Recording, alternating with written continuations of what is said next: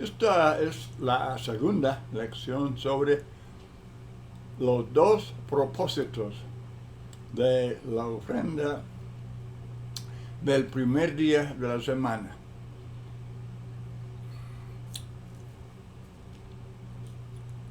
Hay, hay personas, hay hermanos que no toman en serio lo que Pablo el apóstol especifica. Él dice que la ofrenda no es solamente para santos necesitados, sino en Romanos 15:26, él especifica para los pobres de entre los santos.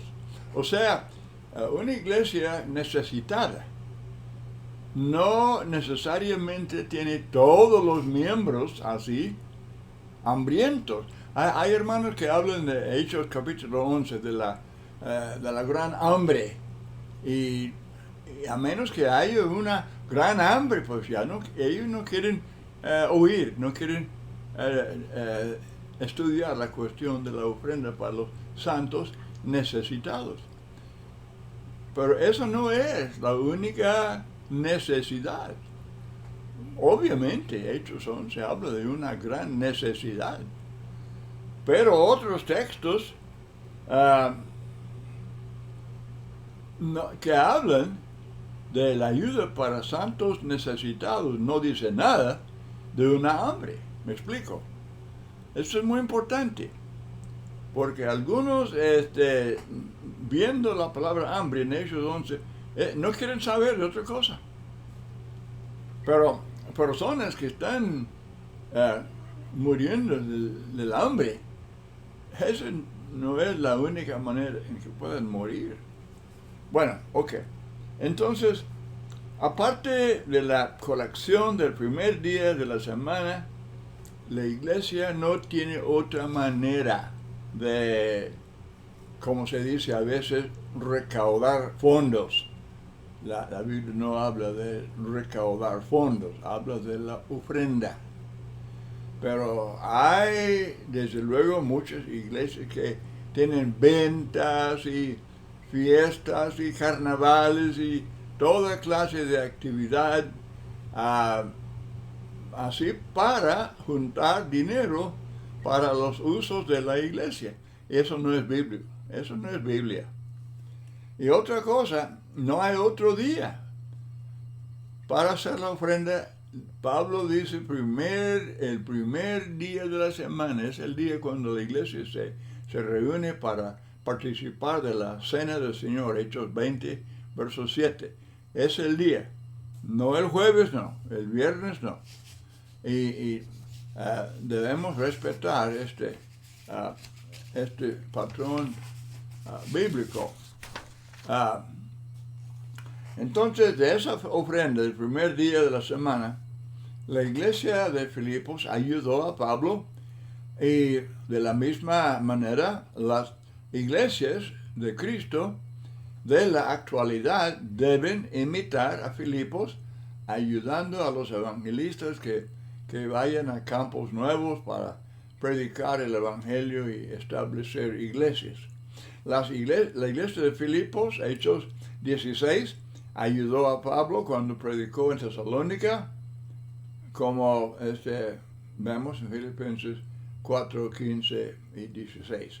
Hay mucho énfasis en la predicación de hermanos sobre estos dos, los primeros dos puntos del patrón revelado en 1 Corintios 16, la ofrenda, ¿verdad? Y también el primer día de la semana. Pero hay que enfatizar en estos dos textos el propósito indicado por el apóstol Pablo. Debe recibir mucho énfasis en la enseñanza. No solamente que haya ofrenda, y no solamente que sea el primer día. Estos son puntos muy importantes, pero hay que enfatizar el propósito de esa ofrenda, y son dos propósitos, como estamos enfatizando. Ahora, yo creo que es muy obvio que en gran parte la ofrenda se usa simplemente para los gastos de la iglesia local. Yo sé, pues, hay gastos, desde luego. Sitio de reunión y los compromisos de la iglesia local, por ejemplo, la cuestión del salario del predicador es de suma importancia, y también ayudar a miembros de la congregación que califiquen como santos necesitados, es lo que Pablo dice. Pero a veces pasan semanas y hasta meses y tal vez años sin ayudar a los santos necesitados de otros lugares, según el ejemplo, el mismo ejemplo de 1 a los Corintios 16. Eso no era local. Se habla mucho de ayudar a los, no solamente en Hechos 11, los de Judea, pero también dice en Jerusalén. Esto se explica en 2 o 3 textos, en Corintios y en Romanos. Entonces, no dan el énfasis que deberían dar a eso, y también a los evangelistas que tienen deseos y están ansiosos por llevar el evangelio a otros países. Pero ese es el papel de la iglesia local, de apoyar esos esfuerzos. Y si no, pues entonces están descuidando estos dos propósitos que son especificados por el apóstol Pablo en estos textos. Entonces, quiero enfatizar la palabra ejemplo. Siempre enseñamos sobre el ejemplo apostólico, y es indispensable que lo hagamos. Filipenses 4:9, lo que también habéis aprendido y recibido y oído y visto en mí, esto practicad. Practicar lo que aprendieron de Pablo. Luego 1 a los Corintios 4:16 y 17, por tanto os ruego que me imitéis. Y él está hablando de la iglesia, su adoración y su obra y todo lo que Pablo establece. Por esto mismo os he enviado a Timoteo, que es mi hijo amado y fiel en el Señor, el cual os recordará mi proceder. 1 a los Corintios 4:16-17. Timoteo iba a recordarles el proceder de Pablo, todo lo que Pablo enseñaba y lo que él practicaba, lo que él estableció como la voluntad de Dios con respecto al culto, a la organización de la iglesia, la obra de la iglesia, la vida de cristiano, todo. Es lo que Pablo había, era el proceder de Pablo, el ejemplo de Pablo. Muy importante este texto. Algunos dicen, pero no, pues en cuanto a la ofrenda, pues ni hablar porque somos muy pobres. La ofrenda no es casi nada. Ok, recuerden, 2 a los Corintios 8:2. Las iglesias de Macedonia, por ejemplo, Filipos, estaban en profunda pobreza. 2 a los Corintios 8:2. En profunda pobreza. Pero no querían ser excluidos de esa comunión, ayudando, teniendo comunión con hermanos necesitados. Muy bello este texto, muy precioso. Me encanta la actitud de aquellos, y ellos son ejemplo para nosotros, para una iglesia tal vez pequeña, muy poca ofrenda, pero deben pensar 2 veces. porque aquí está el ejemplo de una iglesia que estaba en profunda pobreza. Y Dios, el Espíritu Santo, los está alabando. Esto es para alabar, aprobar y alabar a aquellos hermanos que querían participar en ayudar a los que obviamente eran más pobres que ellos. Romanos 15, 26, los pobres entre los santos de Jerusalén, ¿verdad? Además, Filipos, a pesar de su profunda pobreza, envió una y otra vez al apóstol Pablo cuando predicaba en Tesalónica. Es lo que leemos en Filipenses 4, 15 y 16. Los hermanos de la iglesia más pobres no deben pensar que estos textos solamente obligan a las iglesias más grandes, las que tengan más miembros y más ofrendas.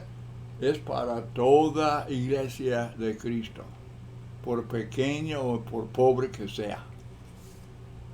Son enseñanzas, son ejemplos que seguir. Y Dios está observando. Es la medida del amor de esta iglesia. En verdad, amamos, dice Pablo, examinaos. Examinaos. A ver, ¿cómo está tu fe? ¿Cómo está tu amor? ¿Cómo está tu fidelidad delante de Dios?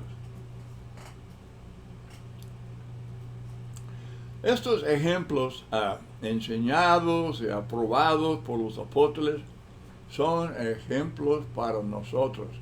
Hermanos, no debemos simplemente leer estos textos. Es muy impresionante. No, son guías. Son ejemplos que seguir. Son ejemplos que seguir. Y el Señor espera que tomemos muy en serio estos ejemplos. El culto aceptable, la autonomía de cada iglesia, la obra, la organización de cada iglesia. Pablo alaba a ciertas iglesias, sí,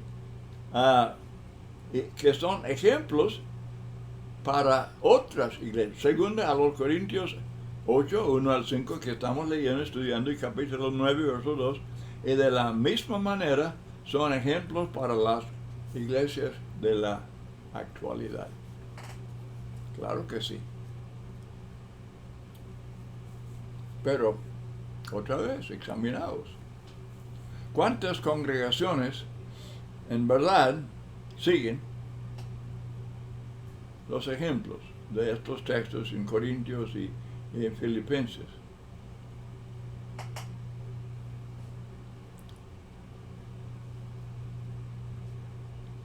Solamente seguimos el patrón divino cuando nos conviene.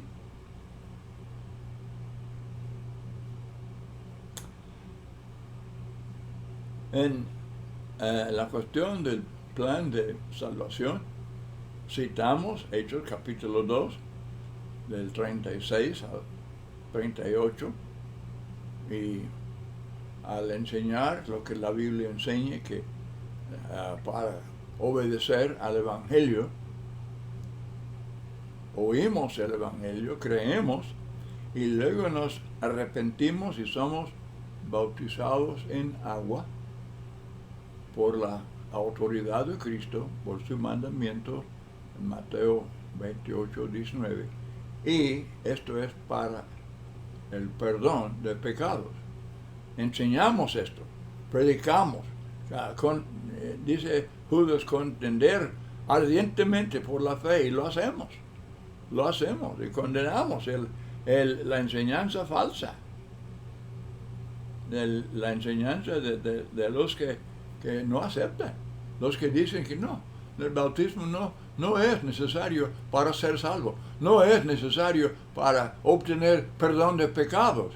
Y decimos que, espérese, están rechazando no solamente el mandamiento, sino el ejemplo apostólico, que debe ser como guía para nosotros. Bueno, hay que aplicar la misma regla nosotros y tomar muy en serio lo que la Biblia enseña acerca de no solamente la cena del Señor, sino también lo que dice sobre la ofrenda. La ofrenda es una parte esencial y de suma importancia en el culto del primer día de la semana. Y enfatizando que la palabra comunión, de la ofrenda del primer día de la semana, de la ofrenda, la enviamos a santos necesitados. Y hermanos, ustedes saben perfectamente que hay hermanos. En algunos países es un desastre. Hay hermanos que están en profunda pobreza, seguramente igual o peor que el caso de los de Macedonia. Hay hermanos necesitados en varios países y hay muchas peticiones. ¿Y qué hacen las iglesias con eso? ¿Qué hacen?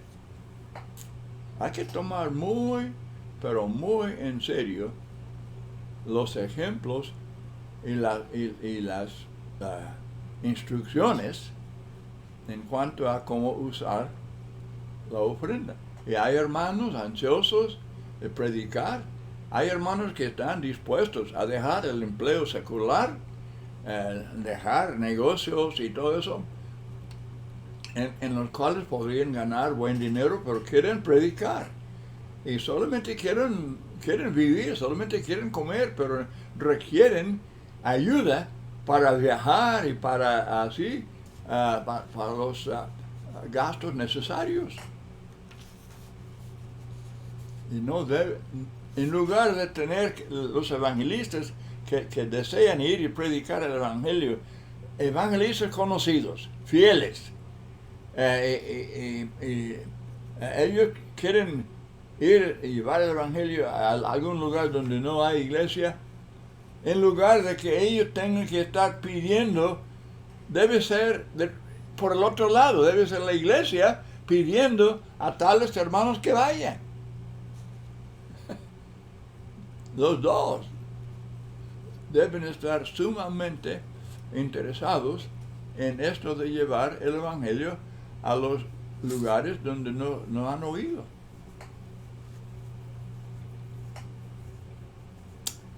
Muy importante recordar que el dinero de la ofrenda no es dinero de la iglesia, es de Cristo.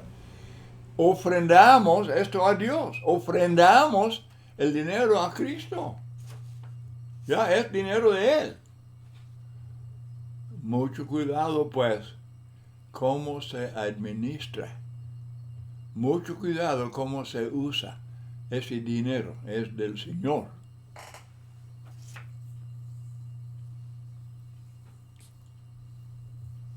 La iglesia no tiene el derecho de usar el dinero de la ofrenda según sus propias ideas y sus propias conveniencias. Es del Señor y debe ser usado según la enseñanza y los ejemplos bíblicos. Pero luego, ya yo sé que siempre la reacción será, pero no es necesario que tengamos sitio de reunión. Pues claro, hay que reunirnos en algún sitio, aunque esté en el aire libre, en algún parque o quién sabe dónde. Y siempre puede haber gasto. Hay que comprar lugar o rentar lugar. Pero si el Señor dice reunirse, esto necesariamente requiere lugar. Y seguramente requiere techo. Porque si nada más decimos, pues allá en el parque, allá en el aire libre, bueno, y luego está lloviendo, o el sol es insoportable. No, es correcto que la iglesia haga ese arreglo de tener sitio de reunión. Claro, pero es secundario. Eso no es el no es el asunto principal para el uso de la ofrenda. ¿Me explico? Es importante, claro, pero no debe ocupar así toda la ofrenda. Y yo sé que en casos de iglesias pequeñas, pues la ofrenda ni es adecuada para pagar la renta. Pero tener en mente que el propósito, según la Biblia, son esos dos propósitos. Y siempre estar anhelando y proponiendo y esforzándonos para ser cumplidos en cuanto al uso de la ofrenda. Es lo que Dios requiere.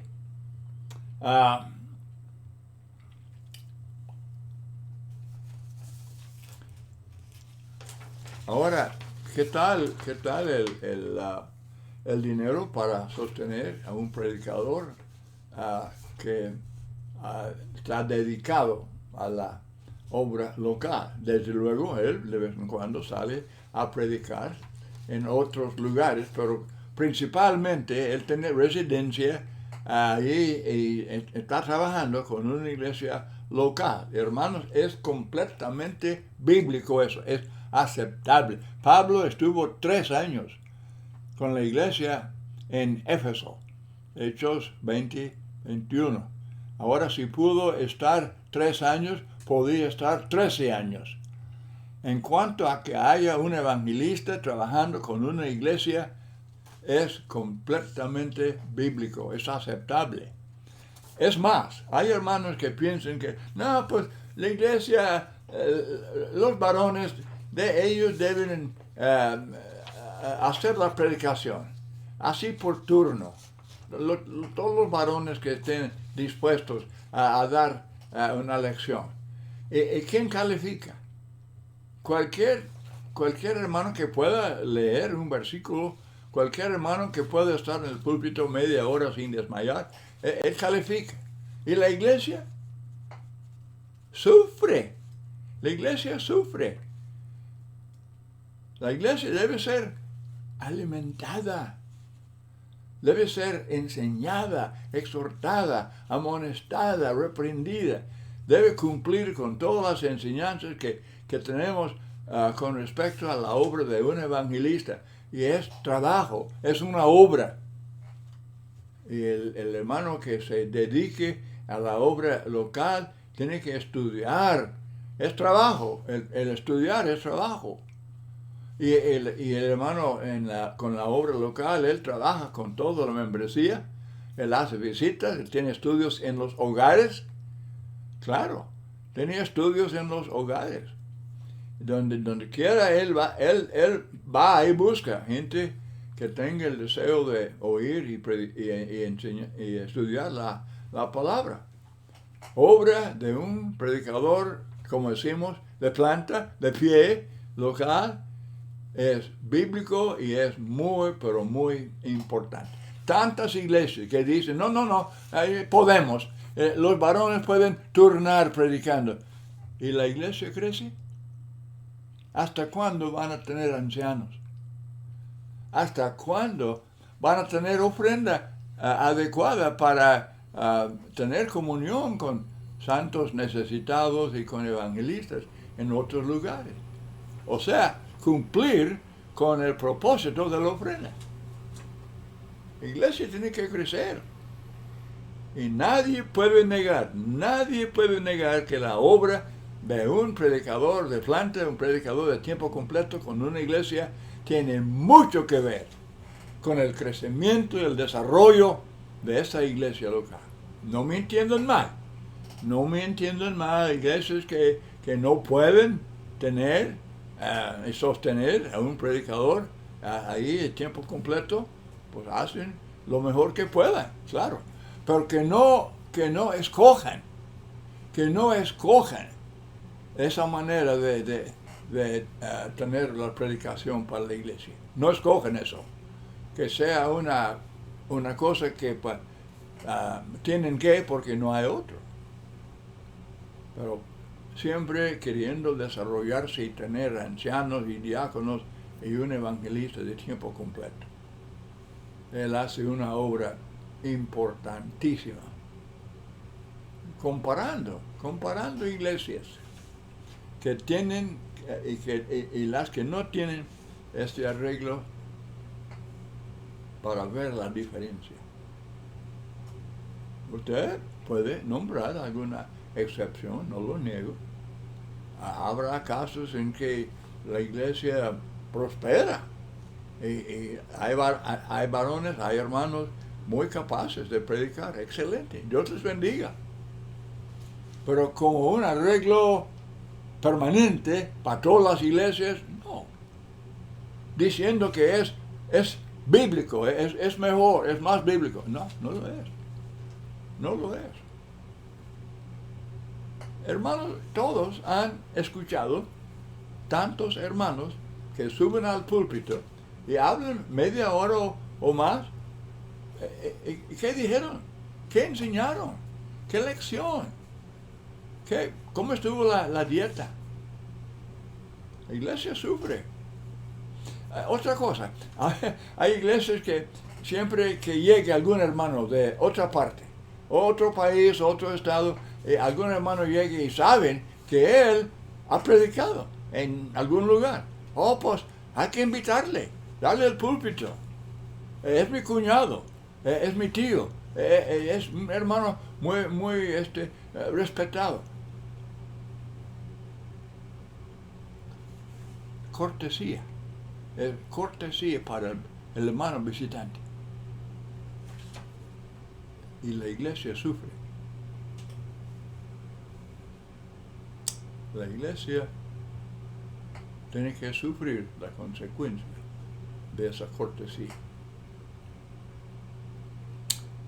Hermano, yo quiero insistir en esto, de que la ofrenda es para santos necesitados y es para evangelistas.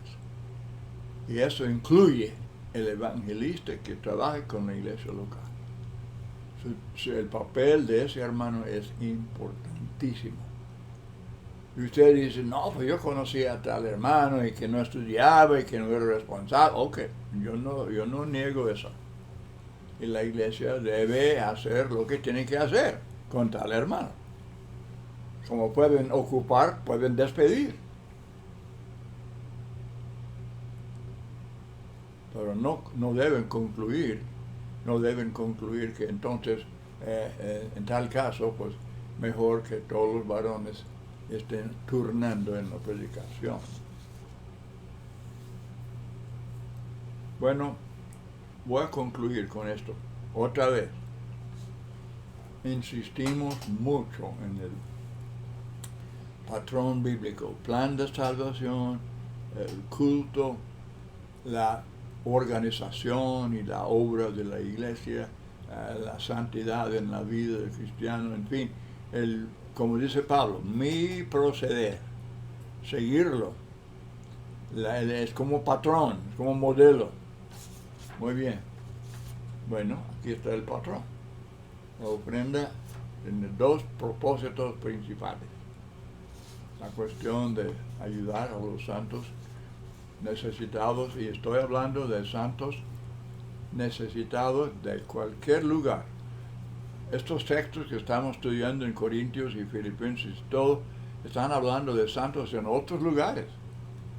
No son simplemente santos miembros aquí de la iglesia local.